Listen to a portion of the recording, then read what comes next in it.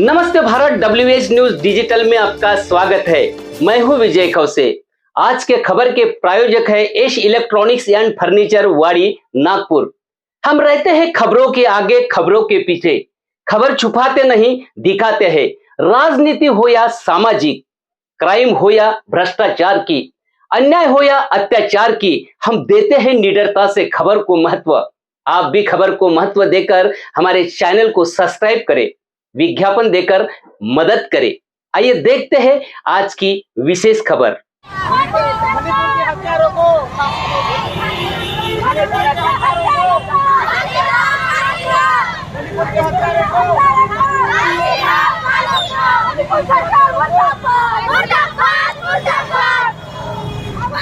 नमस्कार, मैं Bhimrao Lonare, IBM TV9 news और WH न्यूज में आपका स्वागत करता हूं।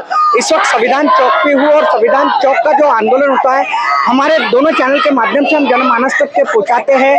यहाँ पे आप देख सकते हैं आदिवासी जो विद्यार्थी है उनका यहाँ पे संविधान चौक पे मोर्चा आया है और सैकड़ों की तादाद में यहाँ पे आदिवासी विद्यार्थी दिखाई दे रहे हैं। वो मणिपुर में जो आदिवासियों के साथ अत्याचार हो रहा है, वहाँ पे महिलाओं के साथ जो अत्याचार हो रहा है उसके विरोध में यहाँ पे ये मोर्चा आया है। क्या बताना चाहोगे, कहाँ से मोर्चा लाया? ये जो मोर्चा है नागपुर के, आपका नाम बताइए। मेरा नाम प्रशील कोड़ापे है और ये जो मोर्चा है नागपुर में जितने भी आदिवासी ट्राइबल हॉस्टल्स है उनके नेतृत्व में ये मोर्चा निकाला गया है। ये मोर्चा इसलिए निकाला गया है जो मणिपुर में 2 लड़कियों के साथ विवस्त्र तरह से उनको निर्वस्त्र करके उनकी धीन निकाली गई, उसका विरोध प्रदर्शन है। ये विरोध प्रदर्शन इसलिए है क्योंकि आदिवासी यहाँ पे जिंदा है, हम उनको दिखाना चाहते हैं। ये हमारा जो मानसिक खच्चीकरण करना चाहते हैं ये सरकार, उसके खिलाफ ये मोर्चा है। ये मोर्चा हमने नारायण सिंह के पुतले के पास से संविधान चौक में लाया है। ये मोर्चा करने का मकसद यही है कि हमें सरकार को दिखाना है कि आदिवासी इस देश में जिंदा है। आपने जिस तरह से मणिपुर सरकार में आदिवासियों के ऊपर अत्याचार किया है, ये जो मणिपुर सरकार के आदिवासियों के ऊपर अत्याचार है, ये अत्याचार नहीं है बल्कि ये उनका मानसिक खच्चीकरण करके आदिवासियों को मणिपुर से निकालने की ये साजिश है, ताकि मणिपुर में जो भी आदिवासियों की जमीन है वो मतई समाज की ओर से हड़प ले सके और मोदी जी के जो फ्रेंड है अदानी अंबानी, इनको जमीन दिला सके।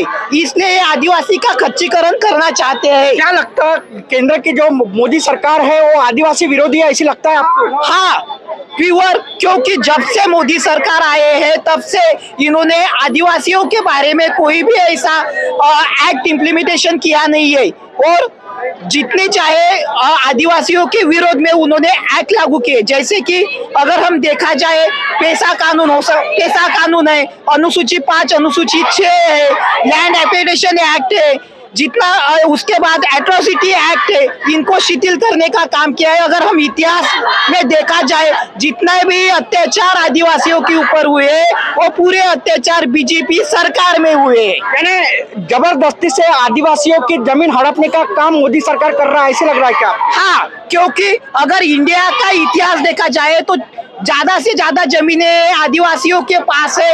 अगर इसका ज्वलंत उदाहरण देखा जाए तो गढ़चिरौली में जो सुरजागढ़ प्रोजेक्ट है जो अदानी को दिया है, उसमें से आदिवासी को जबरन बाहर निकाला है। यानी कि अगर सरकार को जमीन चाहिए तो पहले सरकार को जमीन के लिए उस जमीन से आदिवासी को बाहर निकालना, यही एक मकसद है।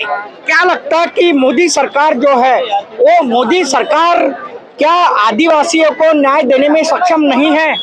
जी नहीं, मुझे नहीं लगता, क्योंकि आज बोलते हैं कि हमने आदिवासी को राष्ट्रपति बनाया, लेकिन पावर और पोजीशन में फर्क होता है। वो हमें पोजीशन देंगे लेकिन पावर नहीं देंगे। आज राष्ट्रपति एक आदिवासी महिला होके मणिपुर में आदिवासियों पे जो अत्याचार हो रहा है उसके खिलाफ राष्ट्रपति की तरफ से एक संवेदना भी हमें दिखाई नहीं दे रही।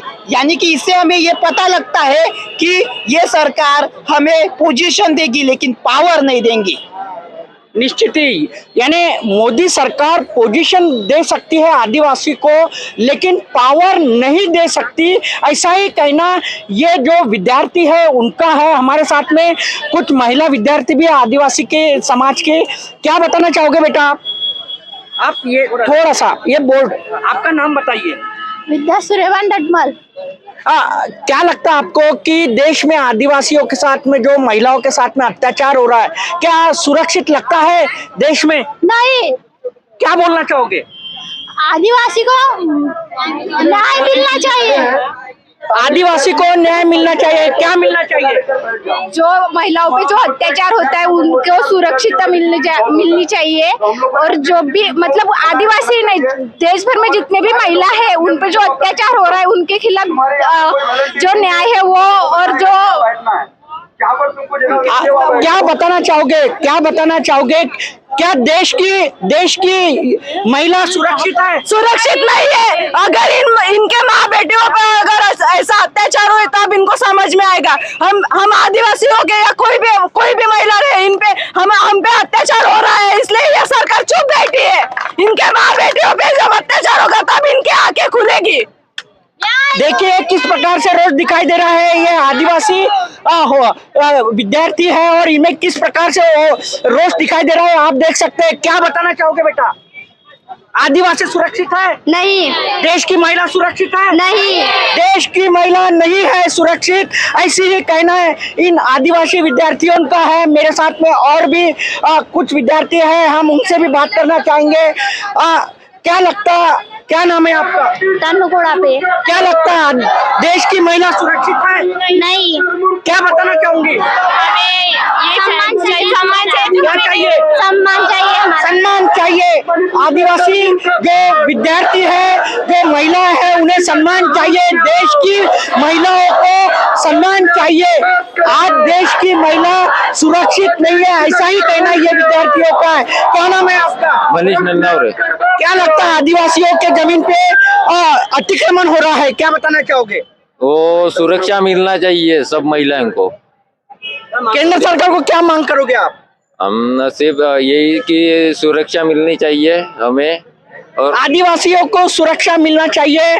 महिलाओं को, देश की महिलाओं के साथ में अत्याचार नहीं होना चाहिए, ऐसे ही कहना इन विद्यार्थियों का। क्या नाम है आपका?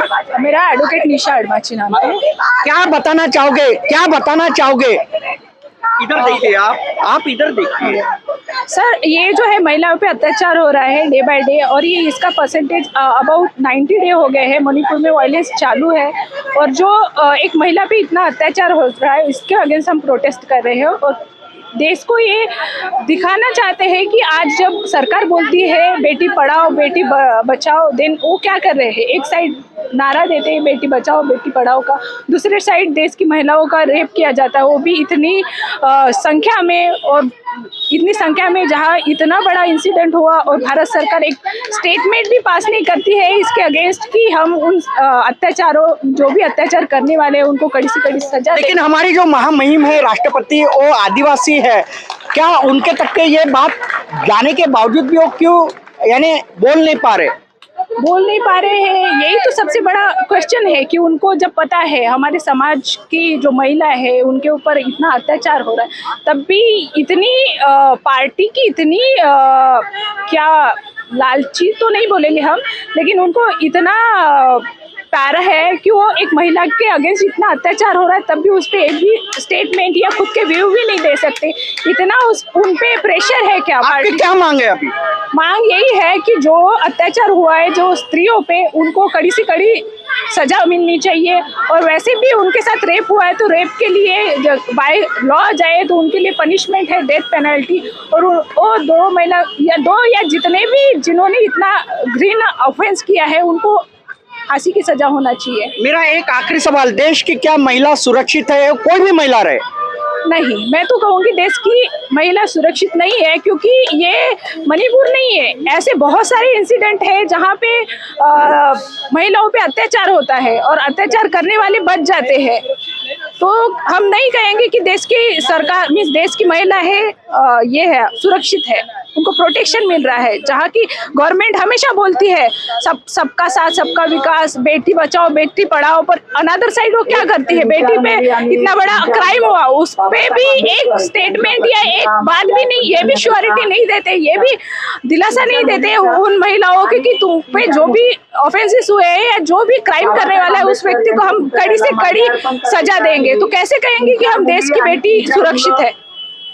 देखें किस प्रकार से रोष है इन महिलाओं में। ये आदिवासी महिला है, विद्यार्थी है, इन्होंने यानी नागपुर में इन्होंने मोर्चा निकाला है। मणिपुर में जो घटना हुई है, मणिपुर में जो आदिवासी जो महिला है उनके साथ में जो अत्याचार हो रहा है उसके विरोध में यहाँ पे आज संविधान चौक में मोर्चा लाया गया है। उनकी एक ही मांग है कि देश की जो हमारे जो आदिवासी जो महिला है उन्हें सुरक्षित की जाए। वो सुरक्षित नहीं है, उनके जमीन पे अतिक्रमण किया जा रहा है केंद्र सरकार की ओर से और उद्योगपति की ओर से, और रोका जाए। कई तो भी आदिवासियों के साथ अन्याय कर रही है केंद्र सरकार, और इसीलिए आज यहाँ पे जो संविधान चौक है, नागपुर का संविधान चौक है, यहाँ पे यह आदिवासी विद्यार्थियों का यहाँ पे मोर्चा आया है। देश की महिला अगर सुरक्षित रहेगी तो देश सुरक्षित रहेगा। इसीलिए केंद्र सरकार से, मोदी सरकार से इनकी एक ही मांग है कि मोदी जी आप देश की महिलाओं को सुरक्षित कीजिए, आदिवासियों को सुरक्षित कीजिए, और मणिपुर में जो हिंसाचार शुरू है उसे बंद कीजिए। तो आप देखते रहिए IBM TV9 news, WH news. हमारे चैनल को लाइक कीजिए, सब्सक्राइब कीजिए, आइकॉन बेल बटन दबाना न भूले। धन्यवाद, नमस्कार। दोस्तों, खबर देखने के लिए आपका शुक्रिया।